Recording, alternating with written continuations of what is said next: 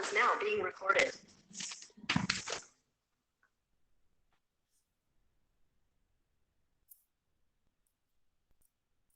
Soumya ma'am, let's start now. Yes, sir.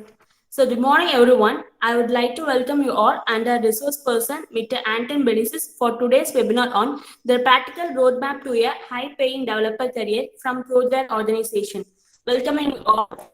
The flags are flying. The balloons are ready for release. It's a great day, one we have been planning and waiting for. Now, I like to call upon Dr. P. Ramya, Principal of Nandha Arts and Science College, Erode, to welcome the gathering. Welcome, ma'am.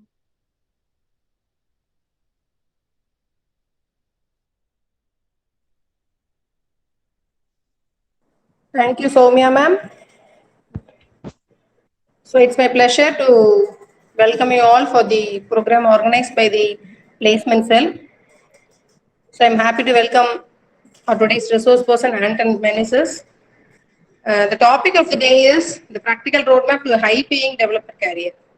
Yes, students have to get settled in their career, and it is the responsibility of both the department and the placement cell to make a student settle in his career. And I think it is the right time the placement team has selected to organize such a program. So as I got the information from placement cell, our resource person has got over 9 years of experience in industries. So I think his inputs will surely make our students aware of the need of the day in the industry.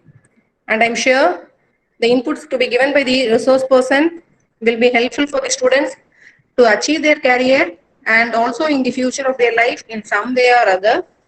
So I'd like to take this opportunity to welcome you, sir, on behalf of our management of Nandha Arts and Science College, on behalf of our beloved chairman and our beloved secretary. As principal of Nandha Arts and Science College, it's my pleasure to welcome you, sir. Welcome to the program, first of all. Thank you so much, ma'am. Thank you so much, ma'am Ramya. And thank you so much, Soumya ma'am and Mukund sir as well. Thank you so much for allowing us to organize this event. As ma'am Ramya rightly suggested or mentioned over here, this is a very important session. A lot of students don't have a good idea about what to do to get to a high-paying career. In this particular case, developer career. So that is what we are primarily going to look at. Thank you so much for the opportunity. Yes, sorry, please go on. Yes, sir. Yes, sir. And that is the need of the day. Students should understand the importance of the program that has been organized by Placement Cell. I should appreciate the efforts taken by the placement department. I would like to give my appreciation to Mukund sir and his team, Pachema ma'am and Soumya ma'am, and also the NC department would have joined hands. I think they would have joined hands with you. So I would like to appreciate the efforts taken by the department, and I wish success for the students who are in the seminar and who are not participating in the seminar also. At least by the next seminar, those who are in this seminar, please tell this importance of the programs organized by the college to the students who are not participating, so that it will be an eye-opener for them. At least in the future webinars, they'll get an idea about how to get settled in their career. So my best wishes to the students who have participated here, and I wish the program a great success. Thank you very much for the opportunity given.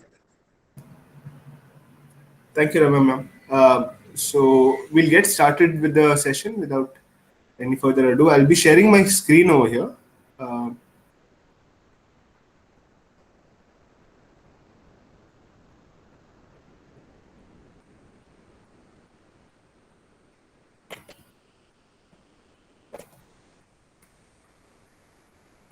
Just a quick confirmation. Is my screen visible to all of you? And is the audio also fine? All right. Yes, here. Yes. All right. So, so it's a roadmap to a high-paying developer career, and very specifically how to land a high-paying developer job as soon as possible, right? So now again, it's an exclusive session for you students, and very particularly just to kind of also understand the background. So from what degrees are you currently in, right? What is your current specialization? So I suppose some of you are from a BSc background. Again, if I can quickly get that information, that will be great to begin with. Let's do a quick round of introductions as well. So could you guys tell me what is your current background? What exactly are you studying right now? You can also put the responses on the chat option there. There's a chat option BSc there. Computer Science. BSc Computer Science. Any other streams? Any other streams here? BCA, all right. Okay, I'm assuming these are the two ones. All right. So Chemistry again, and physics also there are. chemistry, physics, biotechnology, BSc mathematics. All right. Fairly diverse backgrounds, BA English literature and so on. Fairly diverse backgrounds. So it's very important to also mention that is this relevant for you guys, right? So that is something that I'll cover right at the beginning. But yeah, even before that, quick round of introductions. So I would like to quickly tell you who we are as an organization. So Prograd, we're an online coding school, and we've worked with a lot of our students to help them build high-paying skills as well as get jobs in the industry using those skills. So that's a quick introduction about what we do at Prograd. We are the same company, which is our sister concern is a company named Face and Face Prep. You might have heard of these companies. Basically, we've over the last 12 years, we worked with more than 1,500 colleges across India, as well as worked with a lot of corporates and the government of India in terms of very specifically bridging the gap between industry and academia, right?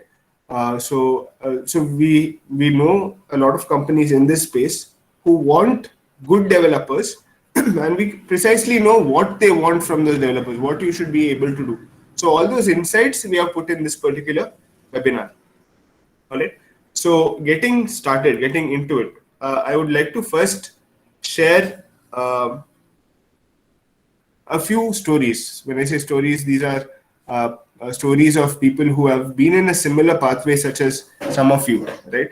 Again, I'm not sure how many of you can relate to this, but there are students, especially our students who were from arts and science background, who were not able to get a lot of opportunities initially, but they worked hard on picking some skills, right? They understood what is there in the industry, what opportunities are there in the industry. They built certain skills, and then they were able to get a job in the industry, the tech industry, regardless of their background. So I'll just show you one example of one of our students. His name is Amudan.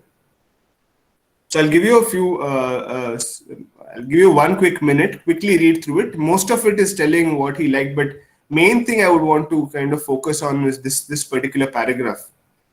Right. So Amudan is from a very popular arts and science college in Coimbatore. I can't name the college, but he was a 2019 batch pass out, and he only got 3 opportunities in his college as part of his placements.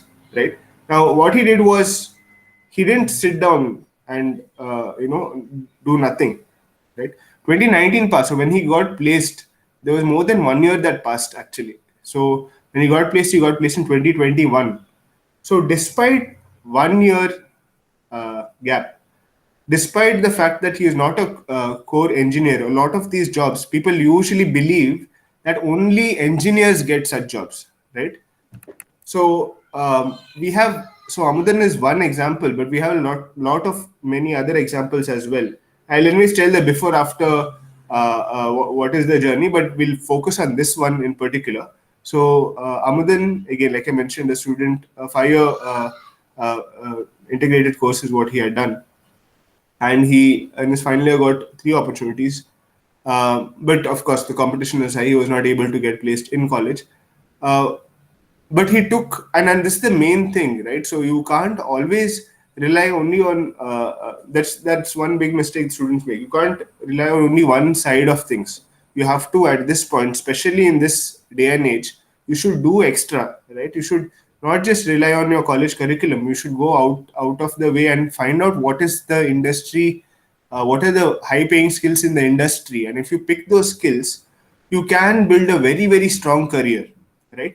And this is not something that I'm just speaking in there. We have worked with a lot of students from an arts and science background and made that happen, and where the odds were completely against also. In case of Amudan, right, what has happened here is that he was a 2019 pass out.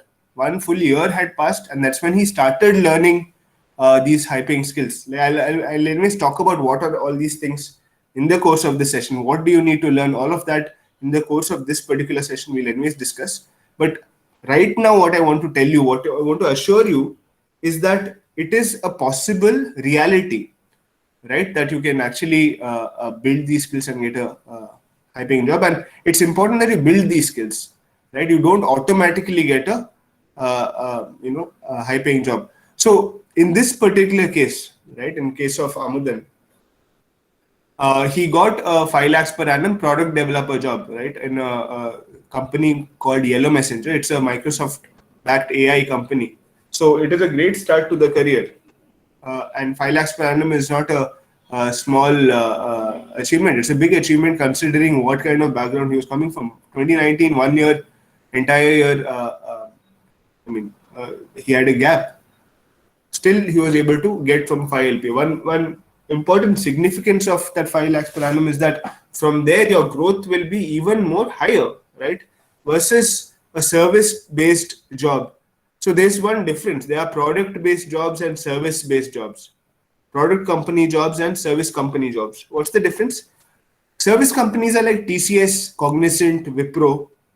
There are a lot of these jobs, and they are in the range of 3 to 4.5 lakhs per annum. Now, yes, you can go into these jobs, but the growth over there in such jobs is not that great. But when you look at jobs in product companies, like, for example, Flipkart, Myntra, are some product companies. There are many levels of that, but I'm just giving you some examples. Flipkart, Myntra, Swiggy, Zomato. So these kind of product companies. So when you work there, you get a better salary, and your, year on year growth will also be more. So Amudan was able to do that. So Amudan is one example. We have another example, one student from an arts and science college in Chennai. So he was able to get a job which was 4.5 lakhs per annum. We had another amazing story of an arts and science student from Bangalore. So his name was Mohammed Mosaib. So he, before he joined ProGrad, so he's claiming that about 15 interviews he was not able to crack. Now, after joining ProGrad, he got eventually, even after joining ProGrad as well, when he was giving his interviews, he was not able to get the first 3. The 4th one he got was in a company called Progress Software, and his package was 8.4 lakhs per annum. Right? You can check out his story. He also narrates his story on. You can find it on our YouTube channel. You can find it on Quora. He has shared his story also. So, or if you go to our website, prograd.org, you will find his particular journey, right? So, what I want to tell you guys is essentially first step is to believe that you can also do it. You can do it because it has happened in the past. Companies don't care what your specific background is as long as you have certain skills that we have seen over and over again. So, as long as you're committed, as long as you believe in yourself that you can become a developer, then nothing else matters. So that belief is very important when you go about this journey. Why? Because this journey is not going to be this journey of building those skills and going out there and trying opportunities. And it's not going to be smooth. There are going to be a lot of barriers. Now, if you don't have the belief in yourself, then first time the barrier will come, you will think that, okay, this is definitely not something that is meant for me. I can't do this and I'll quit. So that is what is usually going to happen if you don't believe in yourself. But if you believe in yourself that you can become a developer, why can't you become a developer? Because other people have done it from similar backgrounds, right? It's a pathway to a great career, right? A high-paying career, a settled career. You can be settled in life. No other career gives you that kind of flexibility. I'm saying there are many other careers as well, but no other careers in this as many opportunities are not there in other careers. As many high-paying opportunities are not there in other career streams. Software development has a great career path, not just the first salary, but throughout your career. In fact, I'll be showing you some of the pay scales so that you get an idea of that. But it's a great career to go for. And the main thing is that people from similar backgrounds have done it. So it's just a question of the belief you have in yourself. So as long as you can work through it, when whatever challenge you get, if you have belief in yourself, then when challenges come, you'll know that okay, challenges will definitely come, right? But you'll surmount those challenges. You'll go above those challenges. So that is very important. So I hope this particular slide gave you some confidence going into this particular goal, this particular journey. Now let's get into the specifics. What is the roadmap? What is the step-by-step process that you are going to take, right, in order to go from a place where you might be a complete beginner to a place where you can get a high paying job. So how will you make that entire journey happen? This is the big picture roadmap. The first part is that you should be aware. Awareness is very important. If you're not aware of what your goal is clearly, then it's very difficult to reach that goal. What you need to be aware is what exactly do recruiters want? Those tech companies who are going to hire you, those recruiters, what do they want? What are the tech skills that they are using in their day-to-day work, right? How skilled should you be in these things? What are the kind of things you should be able to do? So that we are going to look at first. Second, we're going to look at how exactly you're going to build those professional developer skills, right? So now see, there's a key difference here. These skills, when you learn, sometimes you learn things so that you can remember, understand, remember, and write answers. Like typically in testing based environments, in college, usually you're tested, you have your exams, right? So learning for that is slightly different from learning to apply things, right, and build things or make things. So when you learn these things while you're building a professional developer skills, there will be a lot of theory, but at the same time you need to have practical understanding, practical experience of those things. So theory is only as important as supporting your practical skills, right? So you have to build practical and professional. That's why the word professional developer skills, right? It's not just theoretical. Theory is important, but you need to know how to apply it in a practical manner as well. So I'll tell you one key reason why this is important, right? So when these companies that hire, especially companies that hire for high-paying developer opportunities, these are usually application. I'll talk about that. So application building skills is what they look at. So what they usually do is their very first selection round. Their very first selection round is always a selection task. So there's a task that they'll give. So it'll be a project that you will have to build. So for example, in the recent past, I think it was 2 to 3 weeks back, one of the examples, I mean, there are placements happening almost every week. This week also there's a placement that is going on for pro-grad students, that is. But yeah, I remember one that happened a couple of weeks back, where what was the task is that you had to build a responsive landing page. Now, don't worry if you don't understand what this means. It is simply that you have to build a website which is mobile responsive. So it opens on a desktop as well. Same website, if you open a mobile phone, it will display slightly differently. Right? Because it will identify which device it is on based on the size of the device, right? And it will automatically show a different version of a website. So they had the task was they had given a design for desktop as well as mobile. They had given a design, and based on the design, a responsive website had to be built, right? So that was the task, and this website was a e-commerce website. So I can't tell the name of the company because, of course, I can't reveal the selection process. That's confidential. But now the thing is that this particular company is an e-commerce company, right? Of course, Flipkart, Amazon, you are familiar with. So similar e-commerce company, right? You can imagine the front, the landing page of the home page of Flipkart and Amazon. I guess you can imagine how complex it will be. So this is also healthcare. It's an e-commerce company. It was in the healthcare segment. Basically, when I say healthcare, I'm not saying medicines, but you have other healthcare products, right? So an e-commerce site for that. So it was pretty complex rather, is the right word. So about, say, you can say 60 to 70% of the complexity of what you can expect on Flipkart or Amazon's homepage. So yeah, I hope you understand. So that is the task. So if you have to get into a high-paying developer job of an application developer, especially full stack developer, basically. So we'll talk about that. If you want to get a good developer job, then you need to be able to do things like this to be able to show your skills.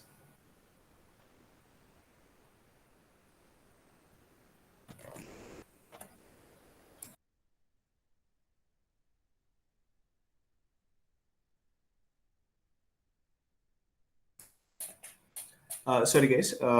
Yeah, so you need to know, build your skills in such a way that you can actually use them to showcase your skills to a potential recruiter, right? So that is one. A third thing is you need to have a strong project portfolio. Again, this is the roadmap. These are things you need to do in order to get a high-paying developer job. So the third part, and this is perhaps one of the most important parts, I would say, if not the most important part, which is you need to know, or rather you need to have a very good project portfolio, right?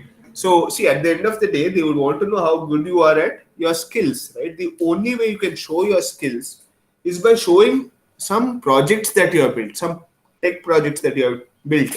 So now let me show a quick example also of just a second. I'm just opening one of the examples of our students.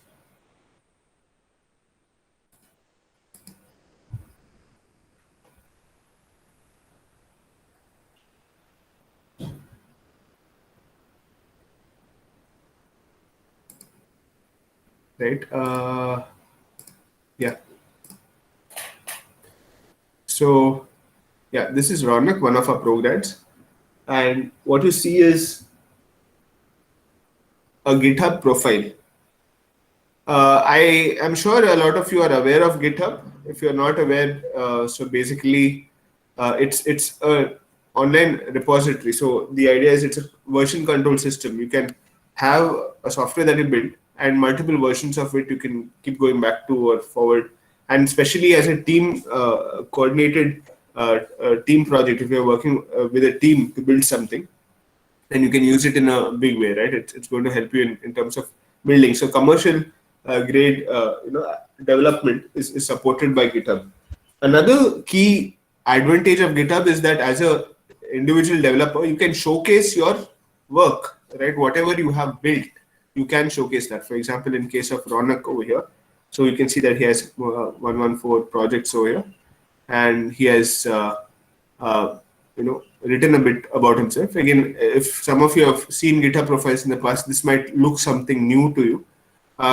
It's possible to add a quick readme to the main file so that this displays actually, right? So you can look through that. Now, the main part I would like to show is this.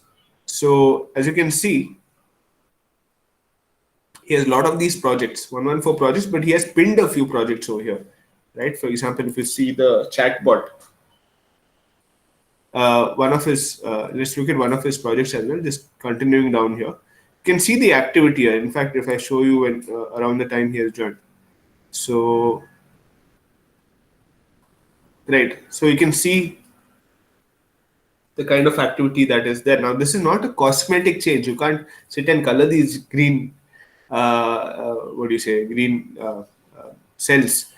This shows all the days in which he has contributed, right? So he's worked on projects and contributed. So to a potential recruiter, some profile like this looks really impressive, right? It really is impressive to a potential recruiter, and that is what you need to aim to have, right? A strong profile that can help convert. Let's look at his project that I opened here. So he has given instructions on how to use the project. He has also given screenshots of his project.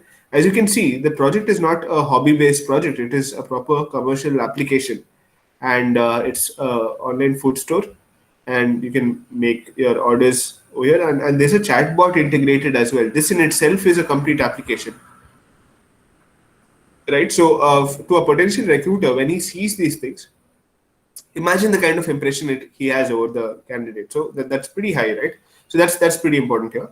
And so he has also has a link over here that so the recruiter can potentially have a look at and experience the whole thing, right? So that's one important part. And yeah, the recruiter can go through the code as well. So overall, having such a profile, right? So overall, having such a profile is, very, very helpful, right, in terms of getting a high-paying developer job. So that's a very important step. Next, in addition to the project portfolio, there are other things that you can do to your resume as well as, say, LinkedIn profile. So all of those things is also part of the roadmap. This is where you polish your profile before you go out to step 5, which is finding high-paying developer opportunities off campus. Now, on campus is one way, off campus is another way. So right now, to be honest, this day and age, you should have a more integrated approach. Like, you should be able to open up newer streams in which you can get access to opportunities, right? And there are ways you can reach out to companies out there for internships or job opportunities. There are multiple competition based recruitment processes as well, contest based recruitment processes. And so when you have access to the internet, these are things that you should actively do and find out, and because that is what a lot of students across the country are doing to get access to opportunities and to try their luck. The thing is that most people just do step 5. That's not enough. You need to do the rest of the steps also, especially to get high-paying developer opportunities, right? So that's something that we'll discuss as also. How can you by yourself find high-paying developer job opportunities also? Now, see, this is important as a professional as well. This is not just a question of your first job. As somebody who's starting a career, you should know how to find opportunities, because if you're progressing through your career, how else will you find opportunities? You should know how to do that. So that's something that we'll also discuss in due course. And see, there's a way in which you can, do all of this in 3 to 4 months. Again, I'm not sure if you're graduating in so much time. If you're in college, you might have slightly more time to do that. But again, depending on your aspirations, ambitions, you can definitely, if you're looking at how to get to a place where you can get a job in 3 to 4 months, as long as you're graduated by then, that is also possible. We'll look at how that is done, right? Let's quickly move on to the first part now, which is what do tech companies want? First part of the roadmap, step-by-step roadmap. First part, this is in fact one of the key things, right? If you know what tech companies want, what kind of high-paying developer skills you should pick up, then your target is very clear, right? Then you have to work towards a target. So let's look at what the target is. What do tech companies want? What developer roles, especially from a fresher point of view, what kind of developer roles are out there? What are the kind of technologies that are used for this particular developer roles? See, by the way, there are multiple different types of developer roles, right? But from a fresher point of view, right, still high paying, but at a fresher level, what are the developer roles and what kind of technologies should you know as that particular developer? And what does the tech industry pay is also another important question to answer, right? So, because see, you're going to spend significant time and effort in building certain skills. So, at the end of it, you're going to, of course, it's going to be a lot of time, effort on certain skills. So it should pay you well. It should give you good returns. So that's something that you need to be quite mindful of, and we are going to look at that as well. Okay. So yeah, let's start with type of developers. What are the various different types of developers that are there out there, right? We're looking at that first. And so according to something called Stack Overflow, I'm not sure how many of you have heard of Stack Overflow. It's a very popular website. It's in fact the biggest community for developers, right? And according to them, every year they put out a report which kind of gives an idea of what is happening in the industry. So as far as different types of developers are concerned, how many, let's look at various types of developers. Again, these are all technical roles. So developer roles mainly, but also other slightly different roles as well. For example, data business analysts are also listed over here. But mainly, what are the different types of developers you can see? And not just that, what are the kind of, how many such developers are there? It's a kind of indication of how many opportunities are there as well, right? So that's what we're looking at over here. So can somebody tell me, you can type in as well, or if you want, you can unmute yourself also, up to you, is that first three, backend developer, full stack developer, front end developer, right? First three, what is the what is common, right? What is common between the first three types of developer roles? First, these three, right? What is common? So this is a question to you guys. You can give some quick answer. Full Whatever. stack developer is common between those. Right, full stack developer is common between those. All right, that's Front what. end and back. Right. Yeah, correct. So full stack, when you look at front end and back end, that's nothing but somebody who knows both front end and back end is a full stack developer. We'll in fact come to that also. That's a good answer. Any other answers? What's common between these three? I'll just see if some of you have written in. All right. All right, let me answer that question. So what's common is all of this is towards web development, right? All of these are web developers in the sense that they build websites or web applications, things that we use on a daily basis, right? So, and those are the kind of developers who are most in demand, right? If you look at the most number of jobs are in that space, and it's not a surprise because as far as what technology is most used in the modern world, it is the internet and it is websites, web applications. So the most number of people are or developers are required in that field, and also a lot of internet businesses, because the rise of more and more internet businesses, and so basically you have these hybrid businesses, like for example Ola is a hybrid business, Flipkart is a hybrid business where you have a strong tech product. Flipkart, for example, has a strong tech arm, but they will also have a logistical arm. So offline also you will have that entire network of sellers and logistic. All of that is also happening. So these hybrid things are happening, and a lot of offline businesses are starting to get online. I mean, it's not our starting. Of course, there's a lot of businesses that have had this for a long time, but especially in the recent times, it is kind of accelerating in a huge way. Even traditional offline segments like banking, over a period of time, it has seen that change. Education has also seen that change, right? Currently, we're of course we're hosting this as an online platform. So these things are getting accelerated, which means that more and more and more requirements are there for web developers.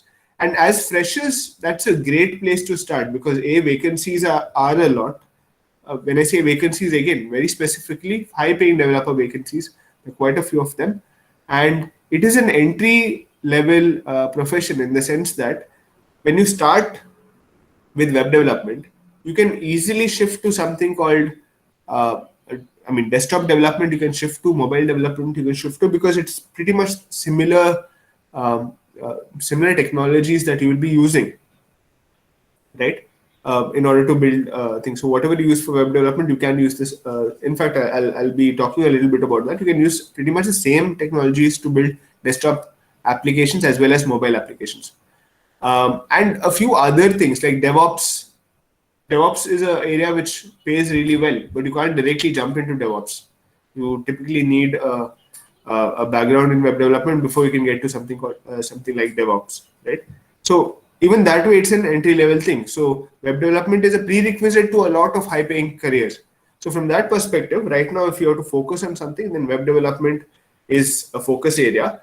Now, one of you rightly mentioned front-end versus back-end. Hopefully, funny meme on that. But yeah, so front-end is that. Well, let's look at the difference. So whenever you look at a website or web application, it is built in two parts, right? Your one part is your front end, where the user interacts. The user interface is basically the presentation layer is what is the front end. So where the user interacts with the, basically you have the user interacting with the website. Inside the browser, whatever you can see, the layout, the colors, the fonts, text, images, all of that you can see and interact with is powered by the front end, and you build the front end using things like or languages like HTML, CSS, JavaScript, and frameworks and libraries like React, Angular, Bootstrap. You might have heard of some of these. So all of this helps you build the front end. Similarly, backend has to be built separately to give even more functionality. Like for example, you have your databases in your backend, you have your servers in the backend, APIs, middleware, all of that comes in the backend, and it's important to help you build a more full-fledged website, right? And front end and backend put together helps you build a complete full stack application. And that is what full stack is. Somebody who knows how to build both the front end and the back end is called a full stack developer. Now, I want to be very specific. We are trying to find out what is the developer role that you should target.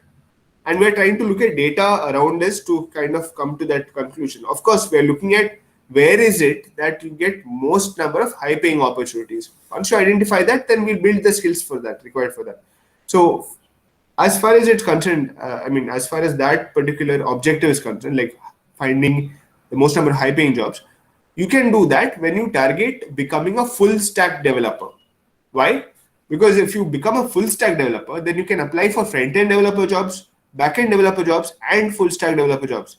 Similarly, the technologies that you learn as well help you find very specific jobs which are based on those technologies. For example, JavaScript developer jobs you can target. So this gives you access to a lot of high paying opportunities. So full stack developer, full stack web developer is what we have understood that we should target. Now, one more thing I'd like to mention at this point is that websites, there's no rule as to you need to build a website using only one language or only these languages, like these set of languages. You can build a website in many different ways, and many different core languages at the heart of your web application, right? For example, you can build Java based full stacks, you can build JavaScript based full stacks, you can build Python based full stacks, you can build PHP, Ruby on Rails. So there are multiple ways in which you can build web applications and websites, right? But again, same question. When you have multiple choices, you're going to pick the choice which can ideally give you the most number of high paying opportunities. And the learning curve should not be so difficult is the idea, right? You should find something that allows you to do this in a smart way, right? Build the right set of skills. So for that, again, let's look at what are the in-demand technologies. We want to see where is the most demand. Why? Because if you know where's the most demand and if you build those skills, then finding a good job is going to be easier. Right? So we have to look at what is the highly in-demand skills. So first, let's look at programming languages, right? And these are the ones over here: JavaScript, HTML, CSS, Python, Java. You can see the list here. The main thing over here is that right on top, as you can see, is JavaScript. If a lot of people have in their mind, should it be Python? Should it not be learning Python? A lot of people talk about Python. Shouldn't it be Python? So, of course, I'm not saying this is better than that or any other thing. This is pure data. What is most popular in the industry? JavaScript is clearly more popular. Now, we'll try to find out why also, right? We'll look at why it is popular. We'll not blindly go by this. We'll also look at the reason behind the popularity also. But yeah, one thing to clearly see here is it is the most popular. So it is, why is the king of programming languages? Very specifically, because we spoke about front end development and how the browser displays content, right? A web page. Now, a browser only recognizes three languages: HTML, which is a markup language, CSS, which is a styling language, and a core programming language, which is JavaScript. You cannot run anything else within a browser. It's only JavaScript that you can run. So as a web developer, this JavaScript is something you cannot ignore, right? You have to know how JavaScript works. So that is one very important reason. I have a few more reasons. We'll come to that slightly later. It will kind of become apparent. But yeah, one of the key reasons is because, as something that is inherently essential for web development, you cannot avoid JavaScript. Now, Python is quite popular, but not specifically in a web development context. Of course, you'll be building web applications where you need Python to build something data related, right? But that is integrated within the website. Yeah. So pure web developers don't necessarily have to learn Python. And that is, while I'm again talking about as a fresher, getting access to most number of high-paying jobs, JavaScript is a better option than Python at this point. Does it mean that you'll never learn Python or never learn Java or never learn something else? You might learn newer languages. You don't have to target learning all of them. You might need to learn a newer language depending on the project you're working on, right? But at this point, when your goal is to get a high-paying developer job in the industry, you are looking at what has the most, what's the most popular, and JavaScript clearly is that one. If you look at frameworks and libraries, so I would like to tell you what frameworks and libraries are first, before I get into this. So whenever you use a language, a core language, right, a core programming language like JavaScript, Python, Java, or so on, for specific things that you want to do, it might be difficult to every single time start from a blank slate, right?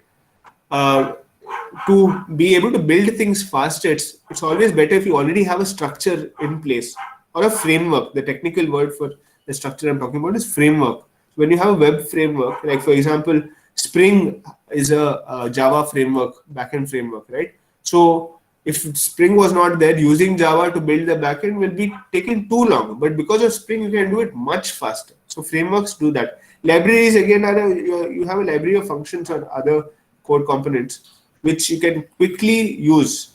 Right? You just have to invoke it. You just have to call it, and then you can make your own application without having to start from a lower level. So that's where frameworks and libraries help, and a lot of development that happens using frameworks and libraries. Right. So quickly on your screen, you can see some frameworks and libraries. Question to you guys: what is common between jQuery, React.js, Angular, and Express? jQuery, React.js, Angular, Express. What is common? Any answers? I hope I still have your attention. You can guess. If you are not aware of the answer, that's fine. But any guesses?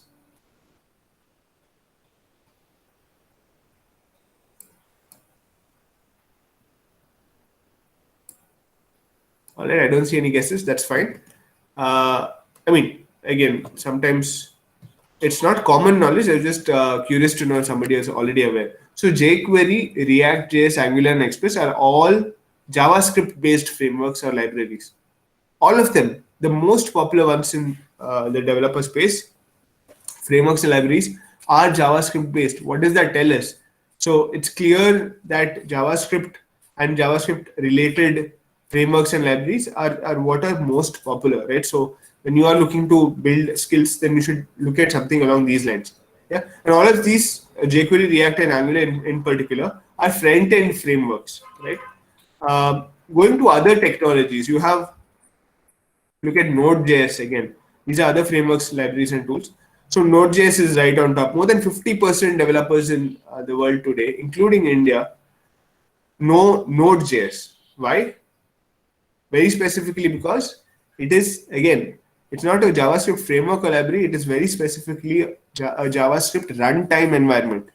What is so special about that? Now, thing is, before JavaScript could only be run inside a browser environment, right? But after Node.js came into the picture, now JavaScript can be done outside of the browser environment. You can use JavaScript outside of the browser environment on Node.js. So a lot of frameworks can help you do so many new things now. For example, if you have to build a mobile application, you can use something called React Native that you see here on top of Node.js, and you can build both Android as well as iOS applications. Imagine, you can build mobile applications using the same JavaScript that you learned for web development.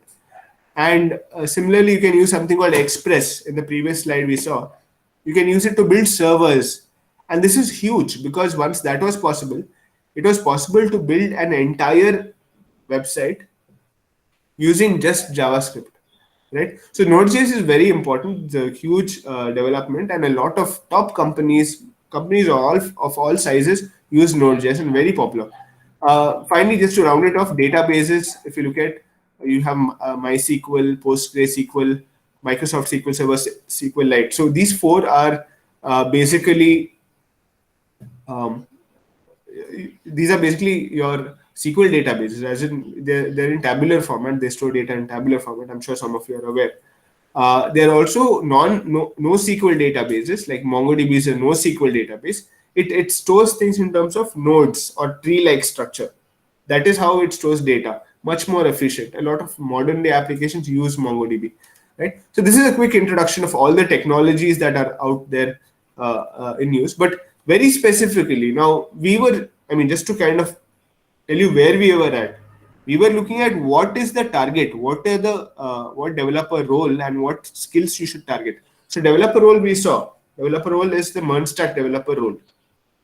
What skills should you target? We saw some of the skills, but we want specifically what to target. There are many skills. You can't pick up all of them. So what skills is basically what forms the MERN stack. Now, MERN stack is a short form for MongoDB for M, E for Express. MongoDB is your NoSQL database. E is your Express is your backend framework. R is React, your front-end framework, and N is Node.js, your backend. Your runtime environment for your backend, right? HTML, CSS, and JavaScript you can't ignore. You have to learn it. And I've just added PostgreSQL. So PostgreSQL is one of the more popular SQL databases in this day and age. So that is something that put together. This is your MERN stack. These are the skills that you need to be good at. If you are good at these skills, you get access to very, very good opportunities, right? We look at what are those opportunities, but these are the skills that you need to build. So you need to focus on becoming a MERN full stack web developer to get access to the most number of high paying developer jobs. Why React is picked over here? Again, React is a Facebook open source project, very popular and has the most number of front-end developer framework jobs, right? High paying ones when you compare to other ones, like for example, Angular and Svelte and Vue.js. When you compare to other things, React is clearly the more popular one, as in there are more opportunities out there and high paying opportunities. So React is an automatic choice. Node and Express, because backend you want to build using JavaScript, right? MongoDB is a very popular NoSQL database. So using this, you can build full-fledged web applications that can scale, right? It's a very popular framework. Now, how popular, right? Look at the various companies that use the MERN stack. So I told you earlier, there are product companies, there are service companies, right? So service companies typically use Java, .NET, slightly legacy technologies, but recent projects, you have some of these companies who are searching for MERN stack developers also. You have these big tech companies. See, product companies, right? You have product companies, you have three types usually that is classified into. One is big tech. These are big product companies. They have their own product and they're huge. One I would like to mention is Netflix, for example, right? Some of you might be using Netflix also. In the back end, they use Node.js, and that is big. That's huge because see, I mean, Netflix has a very big backend, and for that, if they use Node.js, you can imagine how popular Node.js is, right? So yeah, all of these companies use the MERN stack. Big tech, service, and product companies that you see here, they are companies that use the MERN stack. There's also one more level of companies, one level below this. So product companies pay their developers really well. There's one level below, which is, see, by the way, these are funded product companies. In fact, let me just tell you the quick distinction. Under product companies, you have three types. One is big tech. Second is funded product companies, right? Funded product companies. These are all examples of funded product companies. You have a third type, which is a slightly lower level, which is these are product companies that, again, they pay their developers well, but they have consciously not wanted to scale to a bigger right? To a bigger area or a bigger, like I mentioned, see, for example, if a Flipkart has to operate, it's operating at a huge big scale, right? Amazon, for example, operating at big scale. You have a smaller scale product companies as well. They don't have a bigger base. They're currently at a smaller scale, but they do very good revenues considering their scale, right? At how big they are, and they pay their developers well. So that is also a great place to target. So MERN stack skills can get you into such places.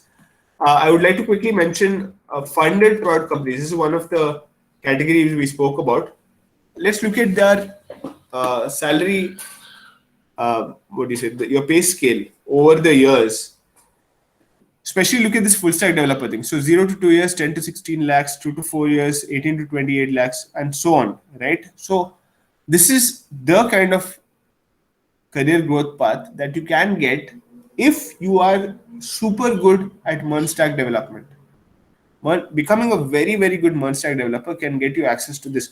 And that's the whole thing, guys. Can you become a good MERN stack developer? Absolutely, yes. We have seen so many students from similar backgrounds do that. And it's not a journey that is a short journey. You have to start and learn things, but then again, even when you enter a company, you have to continue your journey of learning, continue your journey of excellence. That is what is going to keep pushing you further and further. These are actual sums that top developers get. Not all developers get. Understand the difference. Top developers get, right? And what does it take to get to the top? We're always going to discuss that, but yeah, I mean, these are actionable things that you can do to become a good developer and get these kind of goals. By the way, guys, as a beginner, right, 0 to 2 years, this kind of range, usually top engineering colleges get it. By the way, I mean, not all engineers are suddenly getting this kind of a thing. I'm just kind of giving you the scale. Usually Zomato, be it Zomato, Flipkart, all of these companies go to colleges, but typically IITs or NITs they go to, and or private colleges. And why do they go to these colleges? Because students there would have started their journey a long time back. So does that mean you cannot get over here?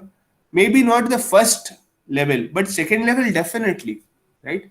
But of course, how do you get after 2 years getting into this is a huge jump. What should you do in your first 2 years? You should focus on becoming a product developer again at a product company, but maybe not a funded product company, a slightly lower level, right? When I say lower level, it's not like a bad job. It's just the scale is at a lower level, right? A lot of companies that pay you a starting salary between 5 to 10 lakhs per annum based on your skills in MERN stack development. And we have worked with a lot of such companies. Some of the companies are here, some examples are here, right? Of course, I can quickly show you. If you go to prograd.org, again, just to show you quick examples, guys. This is just to tell you that there are companies that actually hire, right, in the range of 5 to 10 lakhs per annum. Equia is a Fortune 500 company. Yellow Messenger, like I mentioned, is a Microsoft-backed AI company. Progress Software, they build businesses for, they build technology for other businesses. Right, and I mean, especially in the financial segments, and they're pretty big in that.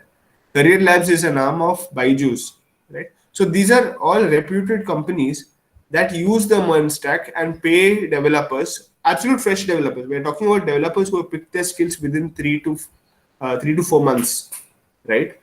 MERN stack skills in 3 to 4 months. Like I mentioned, that's not the full stop to your learning, but that's a start to your learning. That's enough to get you a high-paying job, right, in the range of 5 to 10 lakhs per annum. If you want higher paying, then you'll have to probably wait for another year or two or something like that. If you have that kind of time, then you can perhaps build a very strong profile and try your luck to get here. But a more practical way of getting into this is to get a job which is in the 5 to 10 lakhs per annum range in your regular product companies and then get to a higher place, right? So yeah, that's the big picture. So I would recommend that you go to prograd.org and you'll find some of these. Yeah, you'll find. So Amudan's experience, in fact, he shares it over here. You can click through this video and go through it. Yeah, there are other things as well. You can go through the things if you want. But very specifically, I wanted to talk about the placements that we had. Progress Software 8.4 over here. So Ajit, again, 5 lakhs per annum. Amudan, as you can see here, Arvind.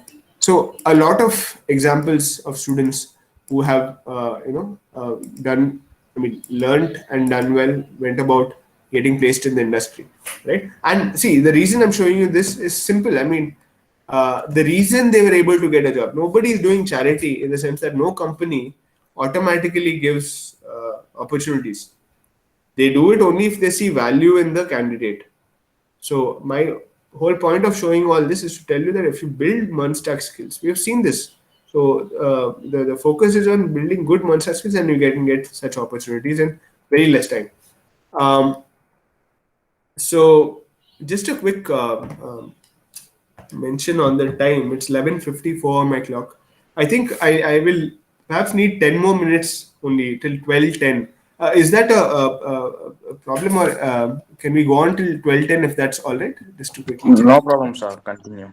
No issue. We can continue. All right, all right. Okay.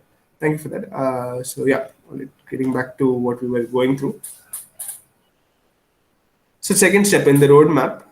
So we spoke about, I'll just quickly summarize the first part, right? The first part was, now we have a very clear understanding of our target. And see, I would strongly recommend that you guys can do your own research as well around this. You don't have to just rely on what I'm saying. You can do your own research around this and see how popular these things are also. But yeah, if you look at pure data, and especially like I mentioned, Stack Overflow is a very strong source of that particular data, and also job descriptions. If you go out there and find developer jobs where they pay well, you'll find a lot of these technologies that we've mentioned over and over again, right? So clearly, becoming a MERN full stack developer is something that you should try to focus on, right? And how do you go about it? So what to learn? I want to quickly cover this also. See, the rest of the session is more to give you understood what your target is. Now the process to get there, we're going to kind of quickly go through it so that you have an understanding, a foundational understanding of what are the various steps involved. And then once you're ready to take those steps, then you have a few ways to do that. We're going to discuss that as well. You'll know how to go about building those steps as well. So let's look at front-end fundamentals here. First of all, you have to learn HTML, CSS, and JavaScript. For those of you who are not aware of this, some of you I'm sure are aware of this. But yeah, HTML is basically your structure of your web page, your content structure, especially, right? What is your title, your heading, your paragraphs, your images, your videos, all of that. It is structured using an HTML document. You're going to write this on a document, a piece of, it could be a Word document as well, as long as you save it as a .html file. You write HTML code. You can simply open a notepad file, write HTML code, save it as .html, and then that is your HTML document. That's how, at the end of the day, it's writing code in a editor, text editor, right? Everything is similar. HTML is like that, CSS is like that, JavaScript is also like that, right? You basically write your code in a text editor and save it with a particular extension, and that is how you, at the core of it, you build HTML pages and CSS pages, right? So HTML will, when you build your front end, when you build a website, you first give it a structure by using HTML, then you design it, you give it some design using CSS. So what CSS does is it gets all your styling, like your colors, your font size, your font type, your font color, your background colors, your layouts, right? So Flexbox grids, typically are used in order to build layouts. All of that. So if it's being used on mobile, how should it look? If it's being used on desktop, how should it look? So these are also all of the things that CSS controls. It's just a list of rules about styling, right? Styling rules, basically, how your design should be. So that's what CSS does. And finally, JavaScript, what it does is it adds a lot of functionality in your web page, right? Your page does not, without reloading, a lot of automatically your page changes. That happens because of JavaScript and associated technologies. So JavaScript is like a very versatile language. You have, for example, if you look at basics of JavaScript, it is similar to the basics of C. It's a C family language. If you understand C and how C works, like all your loops and your conditional statements, all of that is part of JavaScript as well, right? So that is one part. But of course, there are multiple extensions as well. For example, JavaScript has does something called DOM operations. And through DOM operations, it changes HTML and CSS and changes how a website appears in real time, right? Through DOM operations.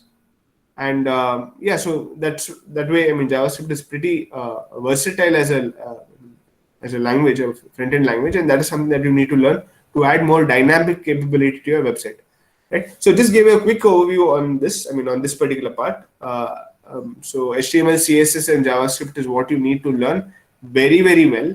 I mean, you need to know it very well. And how do you know if you know it well is when you are able to take any website out there.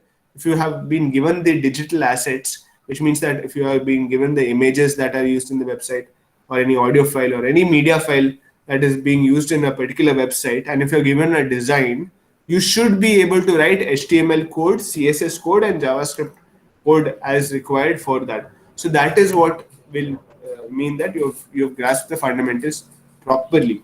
So once you grasp the fundamentals, that is where you have to learn frameworks which can help you build faster. You can't directly jump to frameworks, right? You need to know the underlying thing first, and then you can build upon the frameworks.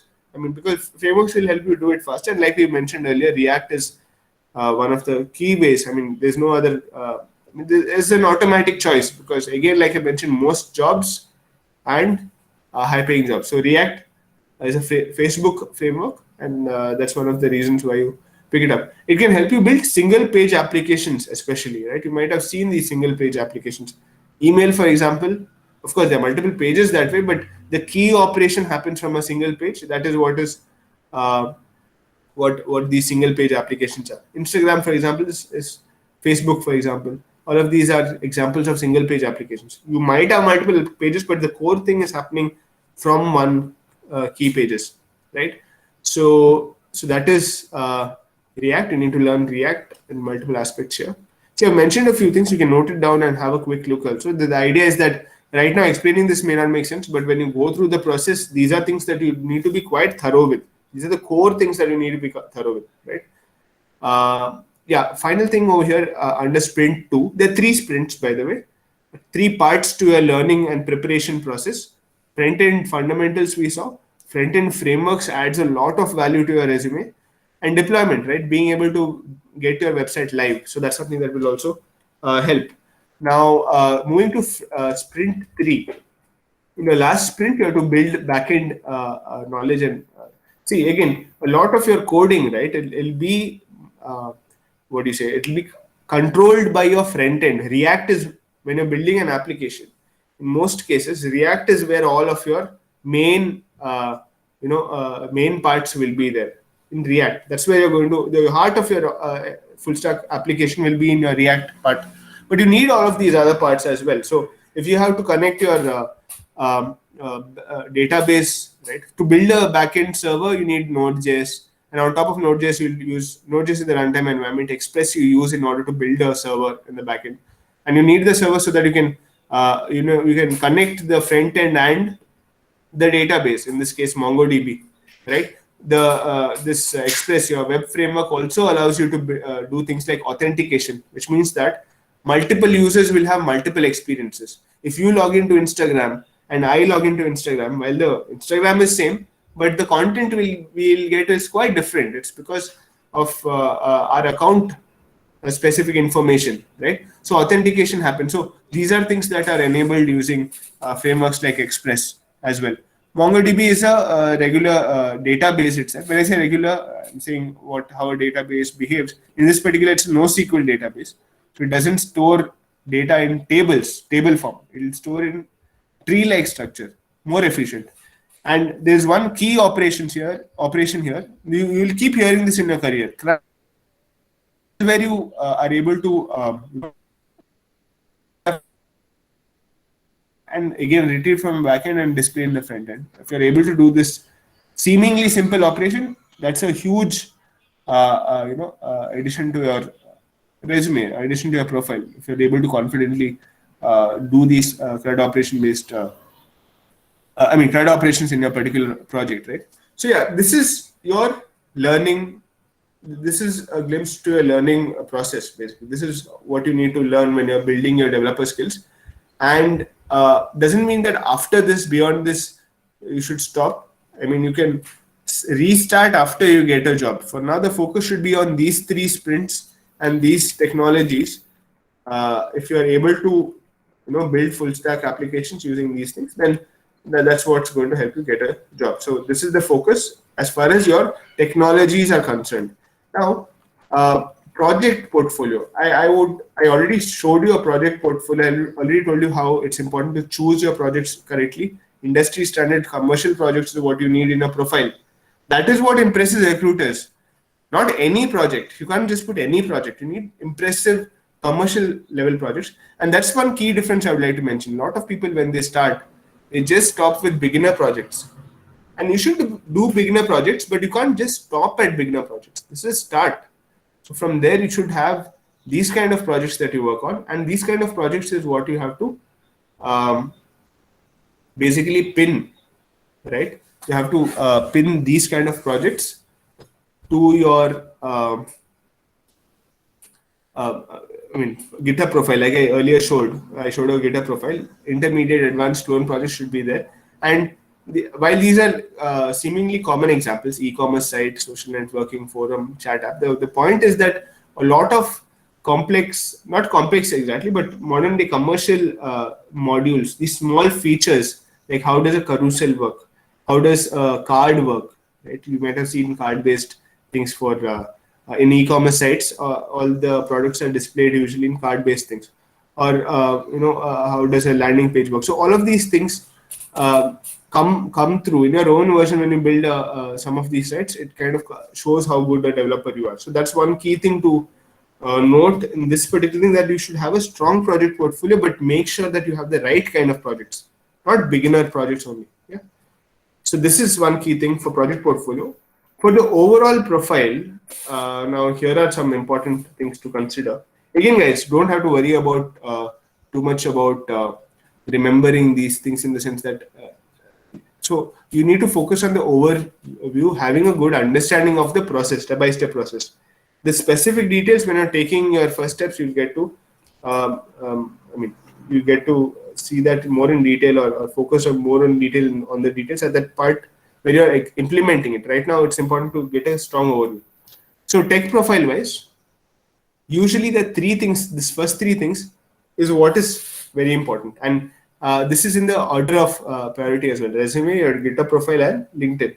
So all of these should be, now here's the thing, right? When you build a resume, usually students, what they do is that they copy one resume that's available and just change the details, which is a resume. It's not like it's not a resume, but you should use a resume not as an application form, rather as it should sell your ability, right? It should show you as a very good developer, and which means that you should, your resume should speak of the things that you've done on the development, the skills that you've learned, the projects that you have built, if you participated in hackathons or codathons, or if you have worked on coding websites. So these are things that you can add to your profile on a resume, on a GitHub profile, as well as on a LinkedIn. LinkedIn, again, why?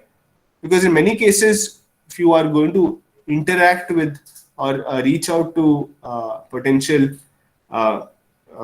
people who are going to hire, recruiters, right? You can reach out to any kind of recruiter on LinkedIn. I'll tell you a little bit about that. But yeah, it is important that your profile is good, because that is the first impression they will get, right? Few other things. HackerRank, some of you might have heard. It's a coding website, as in you can answer coding problems. And that's something that we strongly recommend. When you are in your preparation stage, every day you should spend like about 1 hour on solving coding problems. It will help build your profile as well. HackerRank profile, if you have a good one, it's very, very valuable, right, for to show developers, recruiters. At the same time, it will also help build your development skill as well. So HackerRank, having a good profile, the portfolio page, right? So having a separate portfolio page which has all your projects, that will help. And also all your projects, you should make sure that they are live. You saw in the previous case, Ronak, one of the students I showed you, so his pages, he brought them live. So having them live is going to help in a big way.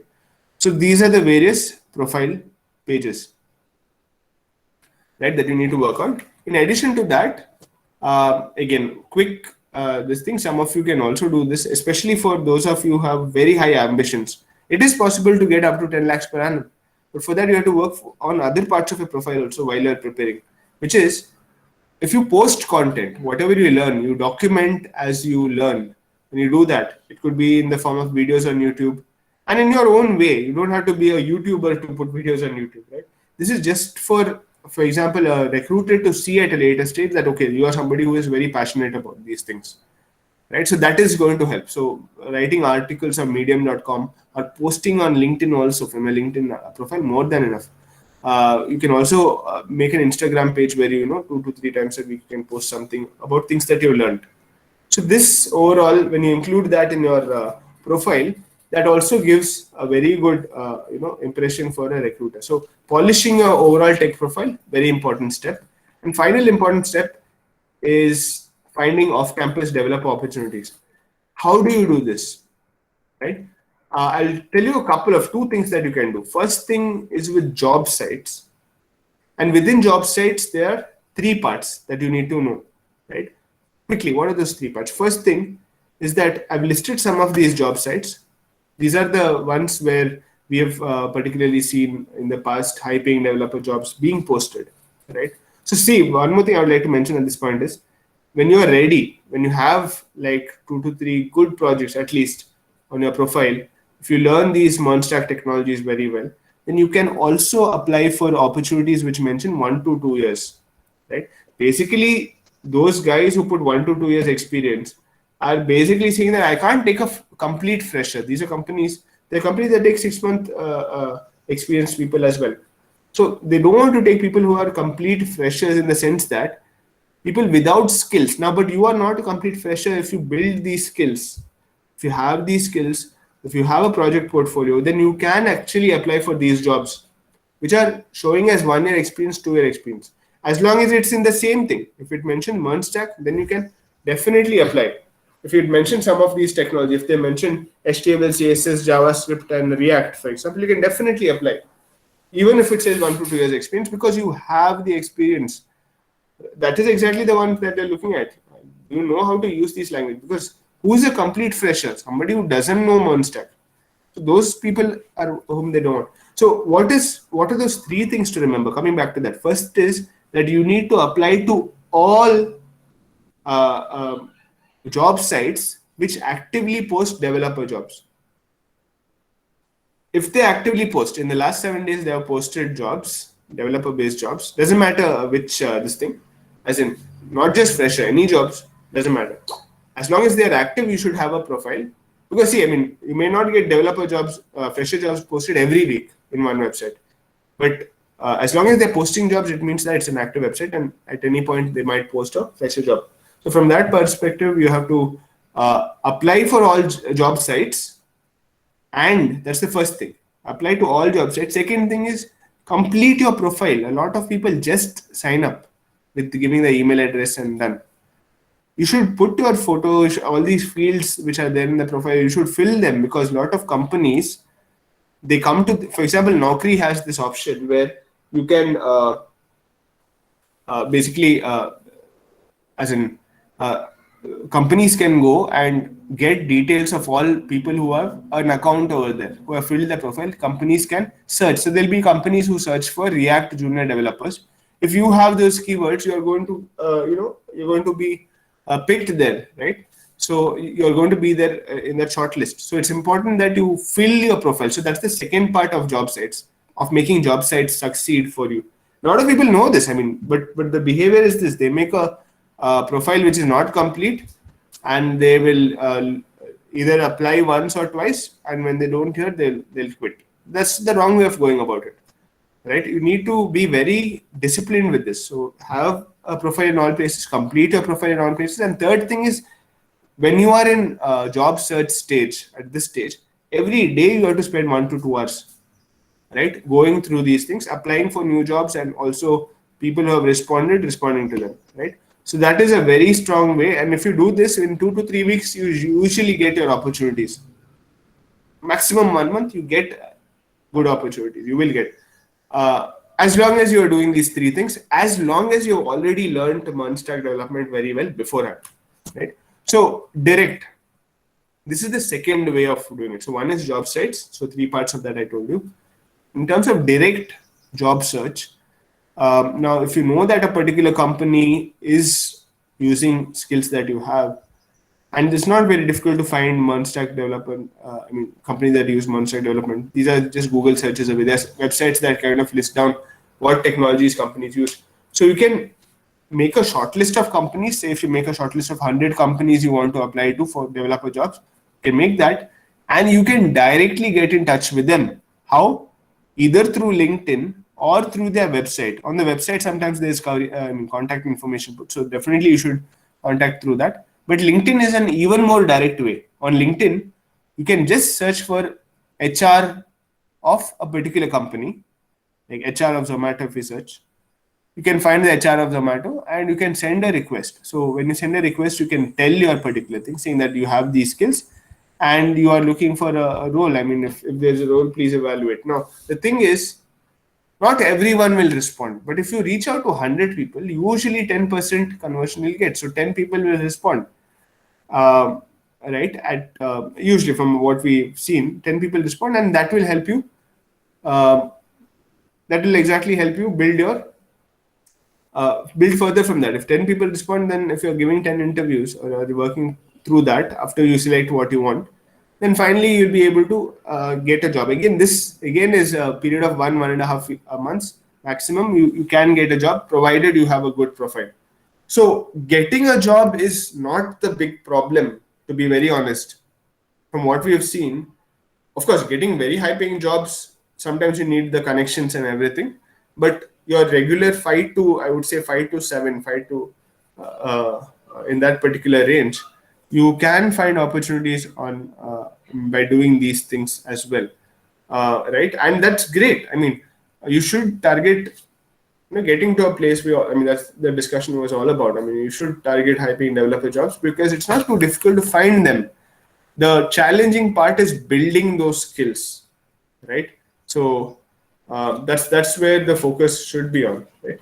But anyways, this is the last part, which is like I just mentioned, how to find your job opportunities. So just to quickly summarize, we saw that multi-stack development is what you need to learn.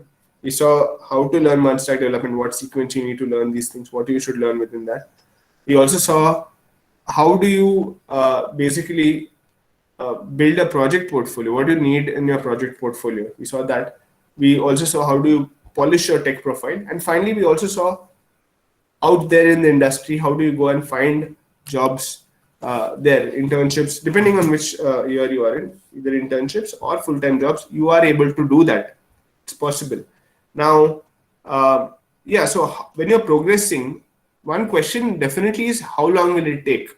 And I know 1.5 to 2 years sounds a lot of time, but typically to be a good multi-stack developer, it does take time if you're doing this alone by yourself. See, the internet is a great place. A lot of people do know already that you have a lot of good content, good instructions, good if you're learning a technology, you have a very good opportunity to learn that on the internet. It does take longer. It'll take 1.5 to 2 years, and there are definitely going to be a lot of ups and downs, regardless of how you're doing it. The only difference is when you're doing it alone, very difficult to come back on this thing. It's easier to quit. A lot of people quit, so most people don't make it. So this is something that you should be aware of. I'm just telling from an awareness perspective. If you're confident in yourself and you want to do it, you can do it by yourself, by the power of the internet, and of course by your own power of staying disciplined over the whole process. One key thing to note is that just by going through tutorials, watching tutorials, and doing code along projects is not going to help you get a strong project portfolio, and that's what you need to get developer jobs. So you need to build things by yourself also, right? So keep that in mind. You need to build very impressive things which are not just copying from others, but you are being able to build it by yourself.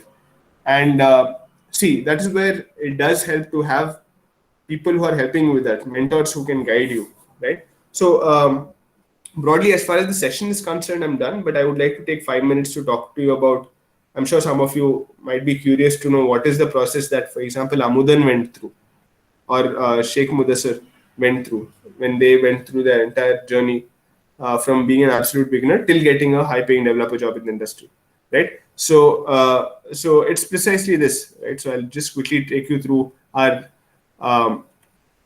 coding bootcamp. So the coding bootcamp is what can help you do that, and ProGuide has a coding bootcamp.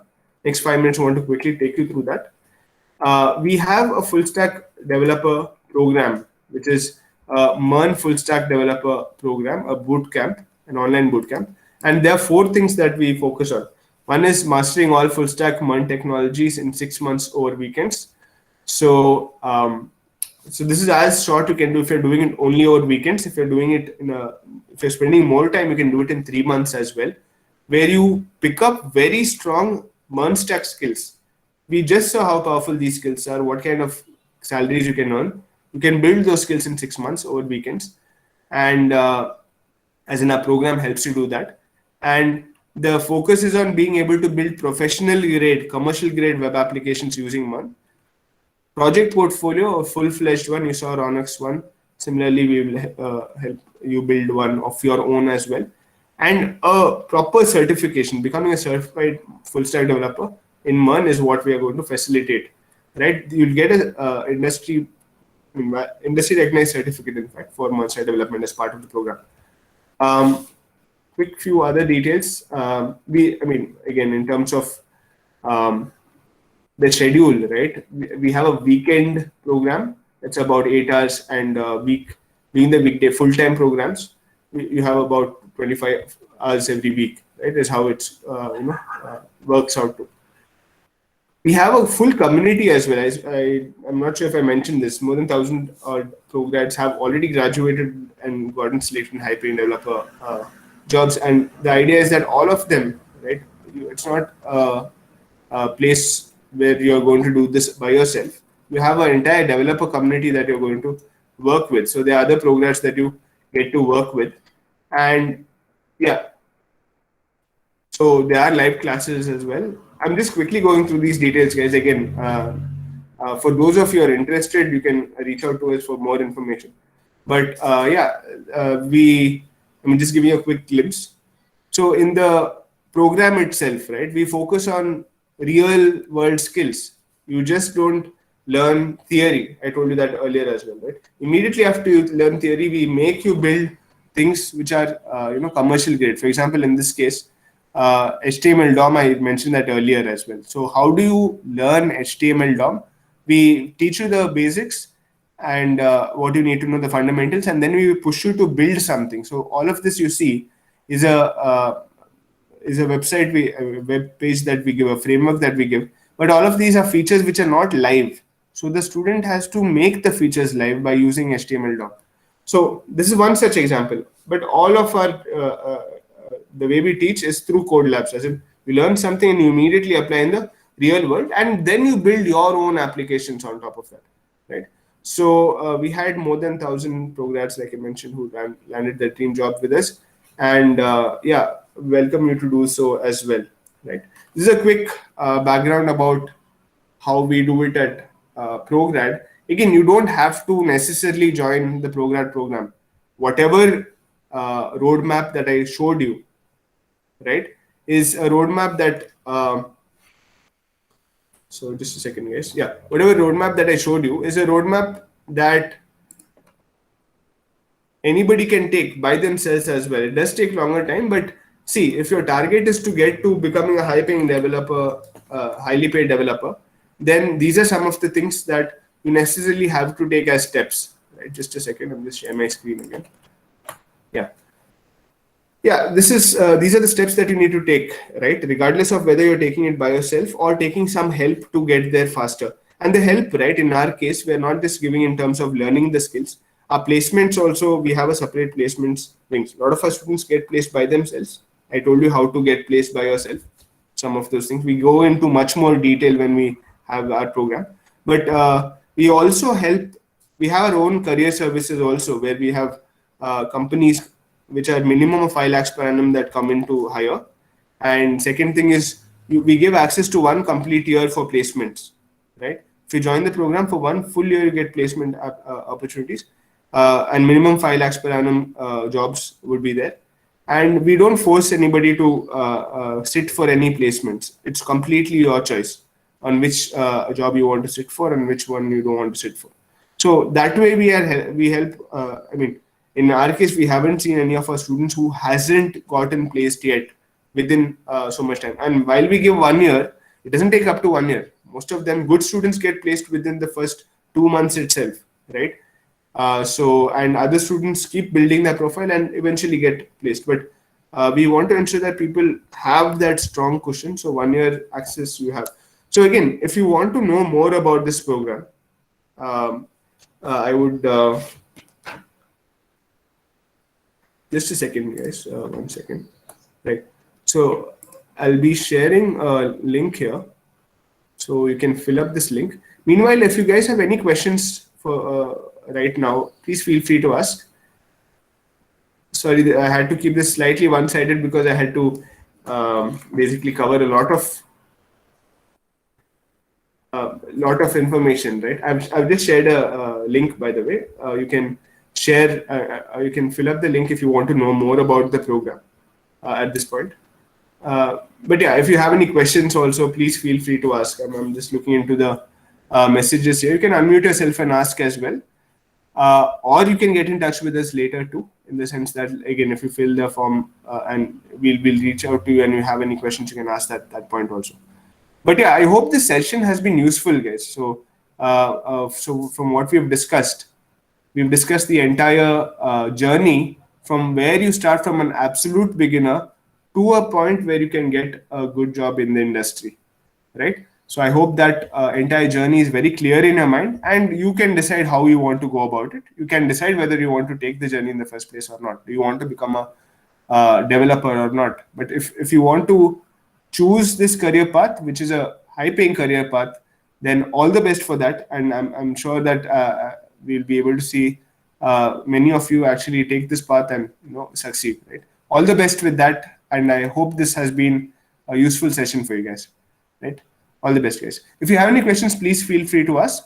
And yes, over to you, Soumya ma'am. So this is broadly the session. Thank you. So thank you so much, sir. Thank you for sharing your knowledge and information. Students, if you have any questions.